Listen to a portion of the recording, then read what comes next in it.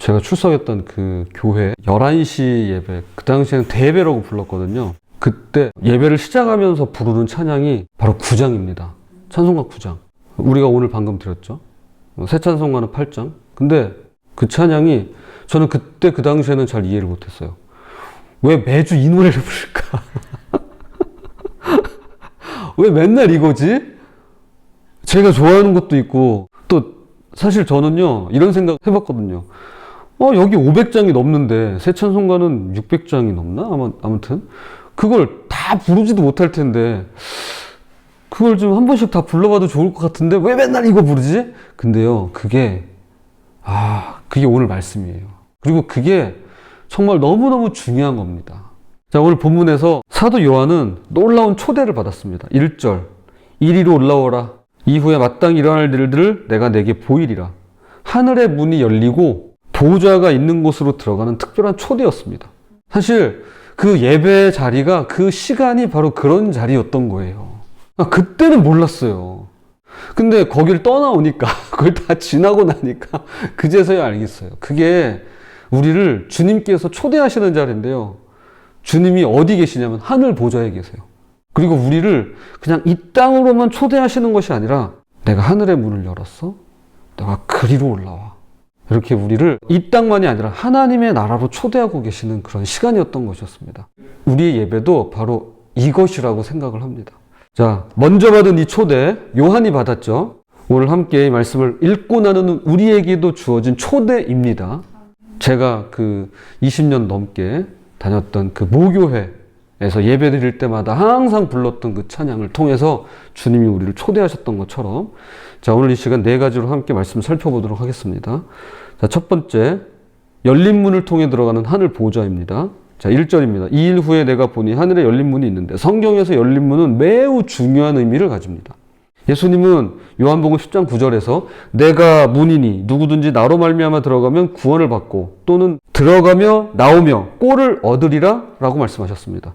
우리 인생에서도 문은 중요합니다. 기회의 문, 학업의 문, 관계의 문, 직장의 문 등 수많은 문들이 있습니다. 빌라델비아 교회 앞에도 열린 문을 두셨죠. 그런데 가장 중요한 문은 어디 있을까요? 네, 바로 하늘에 있습니다. 가장 중요한 문. 우리 인생에서 만나야 되는 가장 소중한 문. 이거하고는 다른 건 바꿀 수 없어요. 지상의 문들은 일시적이지만 하늘의 문은 영원합니다. 요한은 밤모섬에 유배된 상태였습니다. 육체적으로는 감옥에 갇혀 있었지만 영적으로는 하늘의 문이 그에게 열렸습니다. 교우 여러분, 때로는 우리의 환경이 제한되어 있을 때 하나님은 우리에게 하늘의 문을 여셔서 더 크고 놀라운 비전을 보여주십니다. 우리를 그 열린 문으로 들어가게 해주세요. 들어오라고 초대하십니다. 하늘의 열린 문이 왜 중요할까요? 자, 1절 보세요. 마땅히 일어날 일들을 내가 내게 보이리라. 우리에게 보여주시는 것이 있기 때문입니다. 또 11절 보세요. 만물이 주의 뜻대로 있었고 지으심을 받았기 때문입니다. 거기서부터 나왔어요. 내가 갖고 있어야 될 것, 내가 누려야 될 것, 내가 기뻐해야 될 것, 내가 이 삶에서 갖고 싶은 모든 것이 다 거기 있습니다. 거기서부터 나오는 거예요. 우리가 이따가 맨 끝에도 하겠지만 주기도문에 있지 않습니까? 뜻이 하늘에서 이루어진 것 같이 땅에서도 이루어지이다. 하늘의 문이 열려야 이 땅의 문이 열리는 것입니다. 여러분이 이 땅에서 여러분이 원하시는 게 있어요? 하늘의 문이 열려야 되는 거예요. 그래서 하늘의 문이 그렇게 중요한 것입니다. 그 문이 열리는 게 그렇게 중요한 거예요. 자, 우리도 하늘의 문이 먼저 열리고 그리고 이 땅의 문이 열리는 그런 삶이 되시기를 주님의 이름으로 축복합니다. 자, 두 번째, 모든 것의 중심인 하나님의 보좌입니다. 4장 2절입니다. 내가 곧 성령에 감동되었더니 보라 하늘의 보좌를 베풀었고 그 보좌 위에 앉으신 이가 있는데 11절밖에 없어요. 요한계시록 4장에서 보좌라는 단어가 14번 등장합니다. 근데 신약 전체에서 62번 나옵니다. 그리고 요한계시록에만 47번 있어요. 자, 그리고 비율로 따지면요, 이게 대단히 많이 나오는 거예요. 신약에서 언급한 이 보좌가 80%가 요한계시록에 있고요. 요한계시록 안에서 4장에서만 전체 3분의 1을 차지하고 있습니다. 대단히 많이 나오는 거죠. 한 장에만 집중되어 있는 겁니다. 그야말로 4장에서 가장 중요한 단어입니다. 이걸 빼면 4장은 없어요. 이걸 빼면 예배도 없어요. 자, 왜 이렇게 보좌가 강조될까요? 보좌는 왕권과 통치권의 상징입니다. 우리가 살아가는 세상은 혼란스럽고 무질서해 보일 때가 많습니다. 하지만 요한이 본 하늘의 실체는 달랐습니다. 거기에는 확고한 중심, 센터가 있어요. 센터. 우리가 흔히 말하는 그 센터. 하나님의 보좌가 있었습니다. 하나님은 벽옥과 홍옥처럼 빛나시고 그 주위에는 녹보석, 즉 빛이 옷 같은 무지개가 둘려져 있었습니다. 이것은 하나님의 영광과 아름다움 그리고 노아에게 약속하신 언약의 신실하심을 상징합니다. 우리 인생에 혼란이 찾아옵니다. 그때 눈을 들어서 하늘의 보좌를 바라보시기 바랍니다. 거기에 센터가 있어요.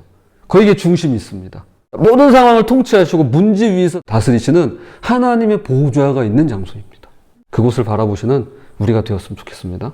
자, 세 번째, 보좌 주위에 끊임없는 찬양이 가득했습니다. 오늘 본문에는 두 차례 찬양과 경배가 나옵니다. 하나는 네 생물을 통해, 또 하나는 24 장로들을 통해 이루어집니다. 이제 숫자가 나오기 시작하죠. 이제부터 숫자가 등장합니다. 그러나 이 모든 걸 다 해석할 수도 없고요. 해석해서도 안 됩니다. 사실은 잘 몰라요. 하지만 우리가 추론할 수 있고 또 말씀에 나오는 그런 것들을 보았을 때 네 생물은 각각 사자, 송아지, 사람, 독수리 같은 모습을 하고 있었답니다. 이들은 하나님의 창조 세계의 다양한 측면을 대표합니다. 동물의 왕이죠. 사자. 동물의 왕이잖아요. 자, 그 다음에 송아지, 가축을 대표합니다. 자, 인간, 그리고 조류, 독수리죠. 가장 빠르죠. 모든 피조물이 창조주를 찬양하는 모습을 보여줍니다. 온 천지 그리고 만물이 하나님을 찬양합니다. 특이한 점은 이 생물들이 8절 그 안과 주위에 눈들이 가득하더라. 그러니까 눈들이 가득하다는 말씀을 두 번이나 반복해요. 자, 이것은 그들이 항상 깨어 있으며 모든 것을 보고 있음을 가리킵니다. 깨어 있고요, 보고 있어요. 그들은 과거와 미래 모든 방향을 보며 하나님의 거룩하심을 끊임없이 선포합니다. 8절 거룩하다 거룩하다 거룩하다. 여기서 세 번을 반복하는 이유는 완전함을 의미하는 것으로 이사야가 본 환상과도 일치합니다.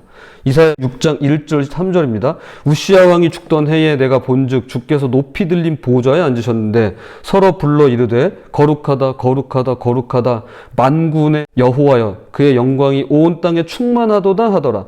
이 삼중 거룩함의 선언은 하나님의 절대적인 순결함과 완전함을 강조하는데요. 요한이 바라본 천상에서 드려지는 예배를 통해 오늘 말씀은 우리의 예배를 돌아보라고 합니다. 우리의 예배를 지켜보세요. 우리도 봐야 되는 거예요. 우리의 예배가 어떠한지. 우리의 예배는 얼마나 깨어 있을까요? 이 네 생물은 늘 깨어 있었어요. 얼마나 깨어 있나요? 가끔 예배를 드리는 동안 마음은 다른 곳에 가 있진 않나요? 다른 곳을 바라보진 않으시나요? 우리의 마음이, 우리의 시선이 이 예배를 드리는 동안에 하나님의 보좌에 향해 있어야 되는 것입니다. 비록 우리가 이 땅에서 드리는 예배지만 마땅히 드려야 될 찬양과 경배를 그분께만 올려드리며 보좌에 앉으신 분만을 높여드리는 그런 참된 예배자로 살아가시기를 부탁을 드립니다. 자, 그래서 네 번째입니다. 모든 영광을 드리는 참된 예배자로 초대하십니다. 우리를 그냥 구경꾼으로 초대하지 않으세요. 우리를 그냥 지나가는 사람으로 초대하지 않으십니다. 우리를 예배자로 초대하십니다. 4절입니다. 또 보좌에 둘려 24 보좌들이 있고 그 보좌들 위에 24 장로들이 흰 옷을 입고 머리에 금관을 쓰고 앉았더라. 하나님의 보좌를 중심으로 24 장로들이 보좌에 앉아 있었습니다. 자, 보좌가 하나만 있는 게 아니에요. 자, 24개 보좌가 있었고 24 장로님들이 앉아 있었어요. 이들은 왕 같은 제사장들로서 모두 흰 옷을 입었고 머리에는 왕관을 썼습니다. 제가 그래서 입은 건 아닌데 오늘 흰 옷을 자, 그리고 이분들은 네 생물과 함께 예배를 드렸습니다. 24 장로란 다윗 왕이 성전에서 섬길 제사장들을 24 반열로 나눈 것에 근거해 24 장로라 하기도 하고요. 이스라엘의 12지파와 예수님의 12사도를 합쳐서 24시잖아요. 신구약 시대를 통틀어 교회 전체의 대표라고도 합니다. 즉 하나님의 백성을 대표하고 전체 교회의 성도를 대표한다고 볼 수 있는 것입니다. 그런데 여기서 주목할 점은 이분들 24 장로는 교회가 이 땅에서만 존재하는 것이 아니라 바로 하늘에 존재한다는 사실을 보여주고 있는 것입니다. 저 위에도 교회가 있는 거예요.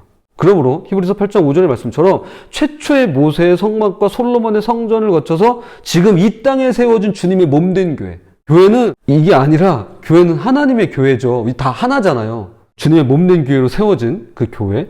그래서 이 교회는 하늘에 있는 교회의 모형과 그림자인 것입니다. 여기서 하나님의 나라를 경험하는 거예요. 그래서 주님이 이 땅에 세우신 전초기지인 거예요.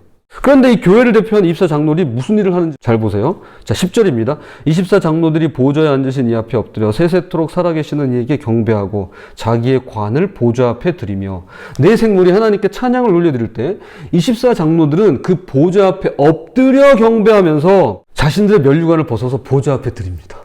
한번 상상해 보세요. 얼마나 아름다운 장면인가요?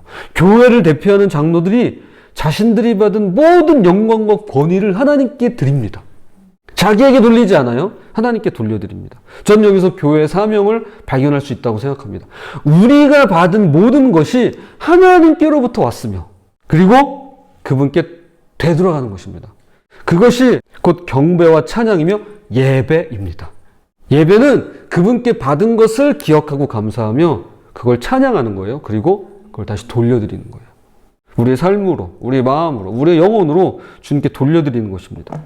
사탄은 에덴 동산에서부터 창조와 피조물의 구별을 없애려고 했습니다. 인류의 비극은 피조물인 사람이 자신의 위치를 망각한 데서부터 출발했습니다. 너희가 하나님과 같이 되리라. 유혹이 바로 그거죠. 그러나 요한계시록이 보여준 하늘의 모습은 최초의 타락한 질서가 회복된 상태입니다. 하나님과 피조물의 구분이 명확해요. 자신에게 경배와 영광을 돌리지 않습니다. 그들은 낮게 낮아져서 경배하며 엎드려 자신의 면류관을 돌려드리고 있는 것입니다. 또한 이 천상의 예배는 창조의 목적을 분명히 하는데요. 우리가 존재하는 이유란 나 자신의 영광이 아닌 하나님의 영광을 위함이라는 것입니다.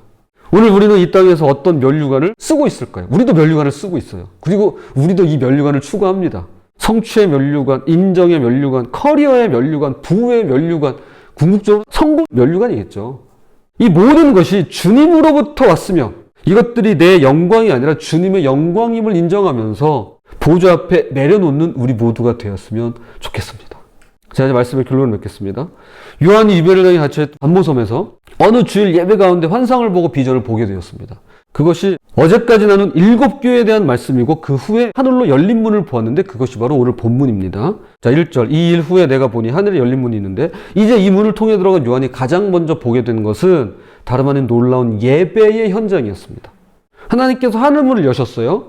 그리고 요한에게 올라와 하시고는 그 요한에게 가장 먼저 보여주신 것이 예배라는 것입니다. 자, 그러면 요한에게 가장 먼저 보여준 이 예배라는 사실이 어떤 의미가 있을까요? 그 무엇과도 비교할 수 없는 특별한 의미가 있는데요. 여러분, 우리 삶에서 가장 먼저 회복해야 될 것이 있다면 그것이 바로 예배라는 것입니다. 그게 예배라는 거예요. 이 땅에서 예배가 살아나야 하늘이 열리고 천상의 예배를 경험할 수 있는 것입니다. 하나님의 나라가 우리 가운데 있다는 것이 바로 그거예요. 예배가 경험될 때, 그 예배가 회복될 때, 예배가 죽으면 사대기업처럼 살았다는 이름은 가졌으나 죽은 것과 다름없는 것입니다. 예배가 살아나야 우리의 삶이 다시 살아나요. 예배가 회복되어 우리의 삶이 다시 회복될 수 있어요. 시작은 예배예요. 그렇다면 하나님께서 가장 먼저 예배를 보여주시면서 알려주시려고 하는 게 그게 뭘까요? 요한이 계시록을 기록하던 시대에는 사람들이 로마 황제를 경배하고 숭배했습니다. 사실 오늘날 우리도 많은 것들을 경배합니다. 황제 대신에, 황제는 없죠. 황제 대신에 성공, 명예, 부, 권력, 심지어 자기 자신에게도 경배를 합니다. 심지어는 지도자들을 경배하는 사람들도 있어요. 이것은 하나님이 가장 싫어하는 것으로 성경은 이것을 가리켜 우상이라고 부릅니다. 이게 우상이에요. 내가 추구하는 게 다 우상인 거죠. 내가 사람을 추구하면 그것도 우상인 거예요. 즉 요한계시록은 우상을 숭배하는 시대를 향해서 이렇게 말씀하는 것입니다.